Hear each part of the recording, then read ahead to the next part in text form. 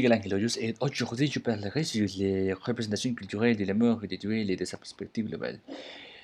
Cette introduction. Et premièrement, qu'est-ce que c'est la mort? La mort, c'est une séparation comme un événement biologique auquel chaque membre de l'espèce humaine ne saurait échapper du fait de son appartenance au reste des vivants. Qu'est-ce que c'est le duel? Le duel est cette enracinement émotionnelle et affective de l'heureuse consécutive à la mort d'une personne significative. Partout dans le monde, les nombreuses cultures comme l'occidental, la tibétaine, l'islamique, la bouddhiste et l'hindou, elles ont donné à la mort un sens différent de, elle se considérée comme quelque chose de normal et inhérent à l'être humain. Dans la culture occidentale, la mort est considérée comme un tabou et c'est mentionné dans n'importe quelle conversation crée un malaise parce qu'elle est considérée comme un sujet fort et compliqué d'écrire dont beaucoup de refusent de l'accepter dans n'importe quelle de ses manifestations.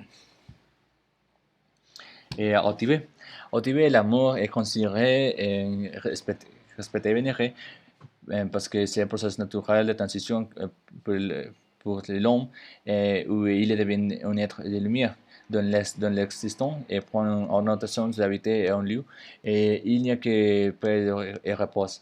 Pour les Tibétains, le monde ne doit être un ennemi, mais plutôt comme une partie essentielle de notre vie, ainsi la naissance et la reproduction. Et dans les cultures islamiques, la mort est considérée comme un repos pour l'homme, où les habits de lui pour habiter dans l'endroit milieu, plein de bonheur éternel.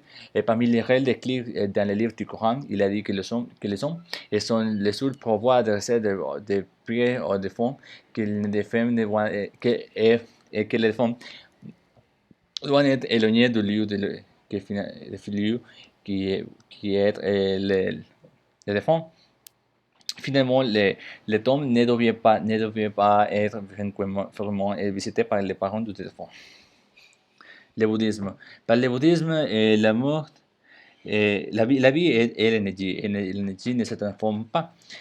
Et parler de ce sujet pour eux est quelque chose qui lui donne paix et la tranquillité. Il aura toujours des moyens de continuer dans ce monde et on est enfant.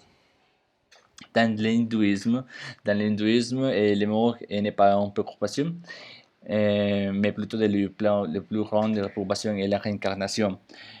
Il cherche constamment la perfection humaine pour éviter de retourner à la terre pour payer pour chacune les erreurs commises dans la vie passée.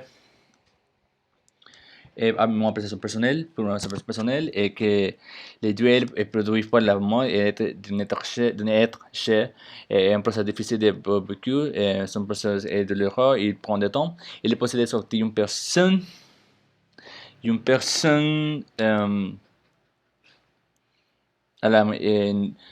constamment et nous accrocher à la mémoire de ceux qui ne sont plus avec nous.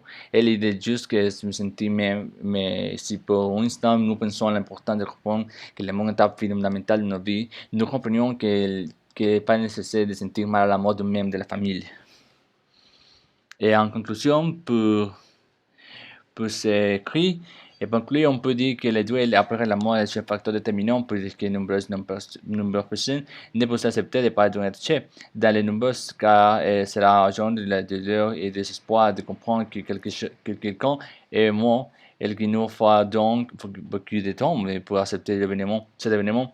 Et cela dit qu'il recommande de donner une culture d'acceptation et d'assimilation à chacune phase de l'être vivant, depuis la naissance, sa croissance, sa reproduction jusqu'à la mort. D'accord? Et premièrement, nous devons accepter que les changements et l'instrumentation parce que les résultats les mêmes, la transformation de l'état de l'homme.